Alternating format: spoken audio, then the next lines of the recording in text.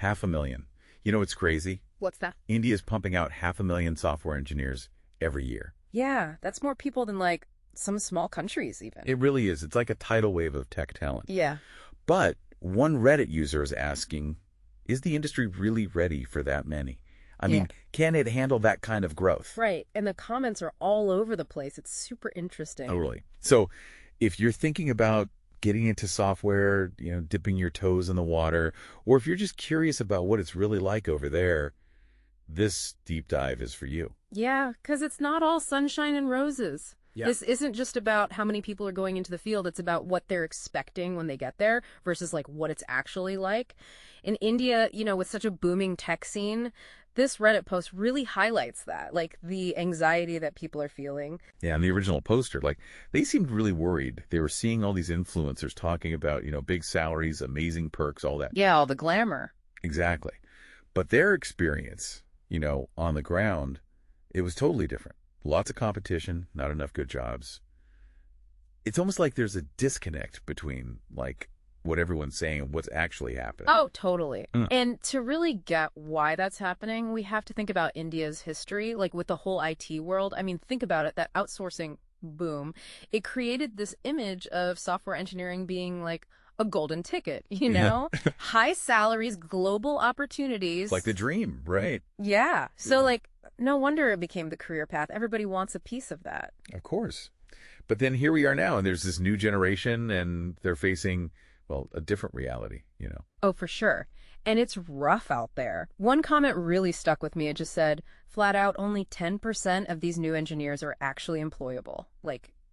Ouch. Wow. Yeah. So then what's the deal? What's causing that gap between what they're learning and what companies actually want? Okay, so it's complicated, like a lot of layers. But a big one, and this is what a lot of people were saying too in the thread, is the skills gap. Many graduates might, have the theory down, but they don't have the practical experience that employers want. And honestly, the education system just hasn't kept up with what the industry needs. Uh-huh. So you've got outdated curriculums, too much focus on just memorizing stuff instead of actually applying it in the real world. It all adds up. So it's like what? They're learning to ride a bike by reading about it, but never actually, getting on one. Yeah, exactly. You need that real world experience to really get going. And that's the perfect segue, actually. Yeah, right. Makes you think about the human side of all this. Oh, absolutely. Because it's easy to get caught up in, the excitement, this whole software boom. Right. Everyone wants a piece. Yeah, exactly. But there's another side to that story, right? Big time. And this Reddit thread, it got real fast. Like the original poster that they're talking about, their friend, got sucked into one of those, flashy coding boot camps. The ones... Oh, yeah, they're everywhere. Promises. So the friend takes out a huge loan, doesn't even end up finding a job in the field. Oh, no.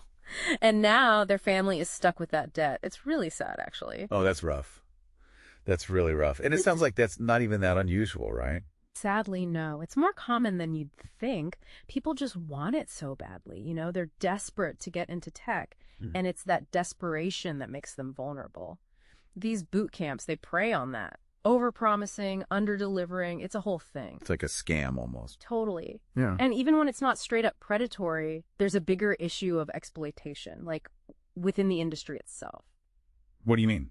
Okay, so you have this oversupply of engineers, right? The companies know this. So what happens, they offer really low wages, demand insane hours, way beyond a normal workday. Oh, wow. And it creates this horrible culture of overwork. It's just not sustainable. Yeah, I see what you mean. It's like this vicious cycle. People feel the pressure to get these high-paying jobs, which we've already established aren't always realistic. So they're willing to put up with bad conditions just to get their foot in the door. Yeah, and then you throw in social media and all these influencers making it look like, private jets and Lambos. Right, everyone's killing it, living the dream. It just makes it worse, adds fuel to the fire. Totally. That comparison thing, it's everywhere, and it can be so damaging. It really can. So it's important to remember, right, that success takes time, like in any field.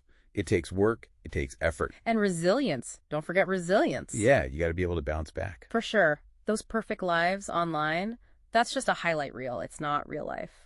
So with all that in mind, what are people in the thread saying? What advice are they giving to actually navigate all of this? Well, a lot of people were saying personal branding is huge. Yeah. Build a good online presence, especially LinkedIn. Right. That makes sense. Showcase your projects, contribute to open source stuff. That kind of thing gets you noticed. So it's not just what you know. It's about getting it out there. Exactly. Networking is key. And never stop learning. That came up a lot too. Right. Tech moves so fast. All the time. So if you're not learning new things, exploring, adapting, you'll get left behind. Got to stay ahead of the curve. It's not a one-time thing, is it? Nope. And that's why actually liking this stuff, being passionate, makes all the difference. It's that drive to keep learning. Exactly. That'll keep you going when things get tough, because they will. It can't just be about the paycheck. You've got to love it. 100%. You need that, fire in your belly. It really is. You need that internal drive. Yeah. But thinking about everything we've talked about, the pressure, all that competition, even just the possibility of exploitation. Yeah. Makes you wonder, how can someone, especially in India right now, set themselves up to actually succeed? Yeah. Without falling into those traps? Yeah, that's the million-dollar question, isn't it? Right. And honestly, I think a big part of it, and I'm sure this isn't always what people want to hear, but it's self-awareness. You've got to actually know yourself. What are you good at? What are you really passionate about? Because it's so easy to just get swept up in the hype, whatever's hot right now, Or totally chase the trends. Exactly. But the people who end up really loving this work, the ones who thrive, they're driven by something, deeper. It's not about the money. It can't be. So you're saying it's got to be something more. Find something you connect with and let that guide you. Yeah, basically. Makes sense. But going back to that Reddit post, I can't help but think about this tension. I mean, you've got all these people, tons of them, entering the field, but you also have to stand out, right? Right. So how do you do that? How do you become more than just another resume, another face in the crowd when there are 500,000 others graduating every year? That's where you got to get personal.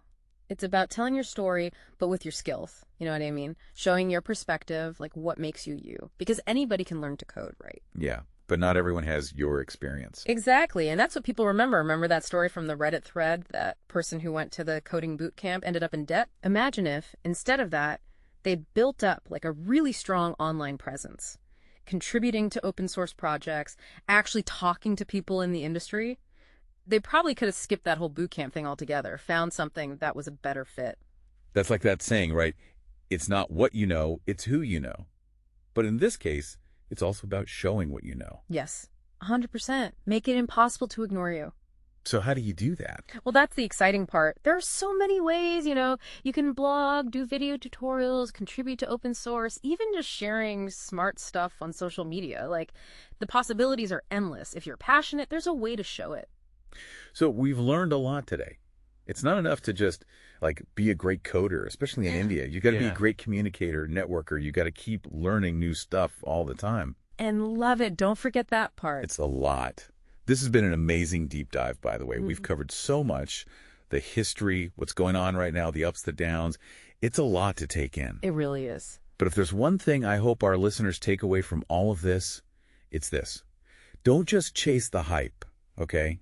Chase what you're curious about. Find that thing that really makes you excited about software, and let that be your guide. Couldn't have said it better myself. That's all the time we have for today. Thanks for joining us on this deep dive, and we'll catch you next time.